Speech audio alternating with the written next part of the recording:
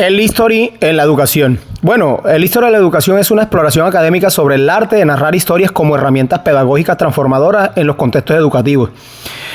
El History educativo es una estrategia pedagógica que utiliza la narración de historias como vehículo para transmitir conocimientos, valores y experiencias de aprendizaje significativos. Oiga bien, según Alteiro 2003, esta práctica transforma contenidos abstractos en narrativas comprensibles que conectan emocionalmente con los estudiantes, facilitando la retención y comprensión de conceptos complejos. Hay unos beneficios del History en la educación, que es la memoria y la retención, la conexión emocional, el desarrollo de habilidades y la comprensión profunda, que facilita la construcción de significados contextualizados y la transferencia de aprendizaje a situaciones nuevas. Hay unos elementos fundamentales del storytelling, que son los personajes identificables. Además tiene un conflicto o un desafío, un contexto significativo, una estructura narrativa, un mensaje o moraleja y unos elementos emocionales que le dan unos componentes que despiertan respuesta efectiva en la audiencia.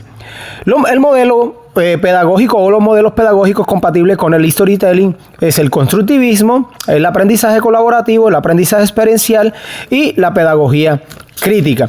La evolución histórica del storytelling educativo se remonta a la tradición oral ancestral en las culturas milenarias. En el siglo XX hay una formalización pedagógica. Con Piaget y Brunner reconocen el valor cognitivo de las narrativas en el desarrollo infantil. En los años 90 hay una era de multimedia, integración de tecnologías audiovisuales a la educación. En el siglo XXI el storytelling digital ya aparece como una convergencia de medios digitales, y en la actualidad narrativa transmedia, que significa la experiencia inmersivas que combinan múltiples plataformas y formas interactivas de trabajar en la educación. Lambert 2013. El storytelling en las narrativas digitales. ¿Qué tiene que ver? Bueno, esto tiene que ver con que las narrativas digitales representan la evolución natural del storytelling tradicional, incorporando recursos multimedia, interactividad y participación activa. Las herramientas digitales para el storytelling son la creación audiovisual. Para creación audiovisual tenemos el iMovie, el Adobe Spark, WeVideo. Y para la narrativa visual tenemos el Storyboard, el Canva y el Pixton. Para la narrativa auditiva, para la parte auditiva tenemos el Audacity, el Anchor, el Soundtrap. Y para las presentaciones interactivas tenemos el Prezi, el Geniali y el Tingline. Tenemos aquí que el storytelling tiene una medición en las instituciones desde la retención de información, desde la motivación de los estudiantes, del pensamiento crítico, desde la creatividad y de las habilidades comunicativas y desde el compromiso emocional.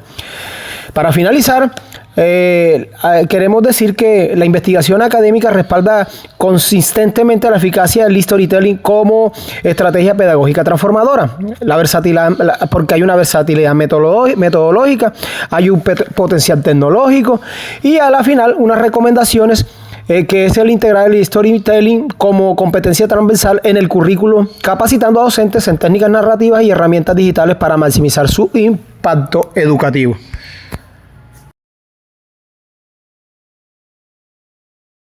Para hacer un análisis de ejemplo, nos situamos en Google Académico y aquí encontramos lo siguiente. Bueno, primero, el storytelling como estrategia de enseñanza-aprendizaje para desarrollar el lenguaje en educación inicial mediante cuentos. Aquí la temática trabajada tiene que ver con la investigación que aborda cómo la estrategia de storytelling, la narración de cuentos, puede emplearse en el nivel de educación inicial para favorecer el desarrollo del lenguaje en niños pequeños.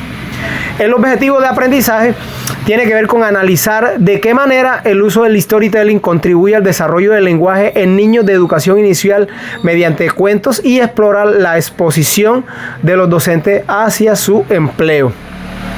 La estrategia didáctica o digital usada es una metodología cuantitativa descriptiva con encuestas a docentes del nivel preescolar en la ciudad de Azogues, Ecuador, sobre el empleo de herramientas digitales de storytelling para estimular la comunicación y el lenguaje de los niños. Las conclusiones o resultados del aprendizaje obtenidos. Los resultados muestran que un alto porcentaje de docentes consideran que sus estudiantes presentan dificultades de comunicación y que están de acuerdo con emplear el storytelling como metodología. Además, se concluye que el storytelling, especialmente cuando es mediado adecuadamente por el docente y apoyado con recursos digitales, puede favorecer el desarrollo del lenguaje en educación inicial. El segundo ejemplo tiene que ver con el storytelling en estudiantes de educación básica, una revisión sistemática.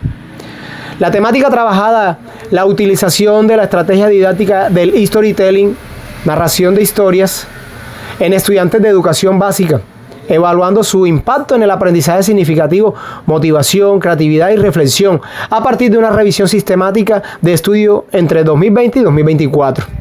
Los objetivos de aprendizaje: analizar cuál es el nivel de implementación del storytelling en la educación básica, identificar la tendencia y patrones en el estudio revisado y evidenciar cómo esta estrategia favorece distintas dimensiones del aprendizaje: creatividad, motivación, reflexión en ese nivel educativo. Estrategia didáctica o digital usada. Se realizó una revisión sistemática bajo directrices de la Declaración Prisma 2020, seleccionando 20 estudios en base de datos como Scopus, Cielo y Web of Science sobre storytelling en educación básica para extraer patrones, tendencias y evidencias sobre su efectividad.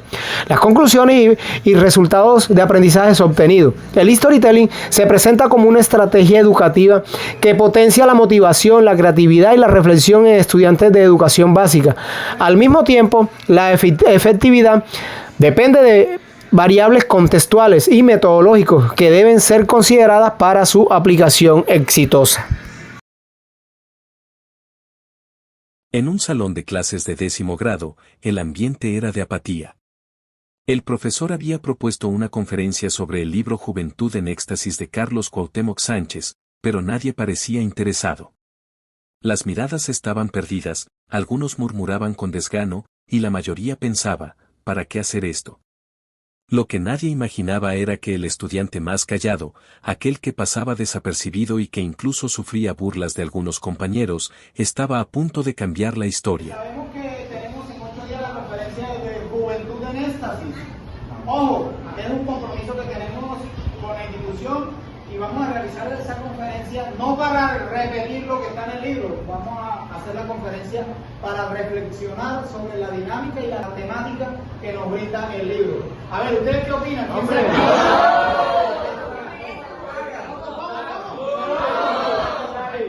El silencio incómodo se apoderó del aula. Pero, al final de la clase, alguien se acercó al profesor. Era Daniel, el estudiante callado, el que casi nunca participaba. Profe, yo quiero hacer la conferencia, no sé si usted me explica para hacerlo. ¿Quieres hacer la conferencia? Hombre, qué bien. Vamos a hacer algo. Tú solo no te podrías encargar de la conferencia. Yo te voy a explicar para que organices con unos compañeros y la realices. ¿Ok? Daniel habló con 4 compañeros más: Laura, David, Camila y Andrés. Nadie los veía como los líderes del salón, pero aceptaron el reto. Se reunieron en la biblioteca, investigaron, escribieron ideas y descubrieron que el libro no era solo una historia, sino una oportunidad para hablar de la vida, del amor verdadero y de las consecuencias de las decisiones apresuradas. Llegó el día. El salón esperaba lo de siempre, una actividad aburrida, pero cuando Daniel y su equipo pasaron al frente, todo cambió. El amor no solo es atracción física, sino valores, respeto. Carlos Cuauhtémoc Sánchez es un escritor y conferencista mexicano, nacido el 15 de abril de 1964. Se conoce que a lo largo de sus 18 y 21 años publicó sus primeros libros. En el libro vemos temas que se sitúan acerca de la sexualidad responsable. La sexualidad responsable nos implica reconocer que cada decisión tiene consecuencias emocionales y sociales. El silencio en el salón no era de apatía esta vez, sino de asombro. Los compañeros que solían burlarse de Daniel lo miraban con respeto. El profesor sonreía, orgulloso. Y centraron el placer inmediato, poco reflexivos sobre las consecuencias de sus actos. Momentos los cuales podríamos decir que marcaron Aquel un día, antes y un el más después silencioso del aula se convirtió en voz de esperanza, y todos aprendieron que las grandes transformaciones nacen en los lugares menos esperados.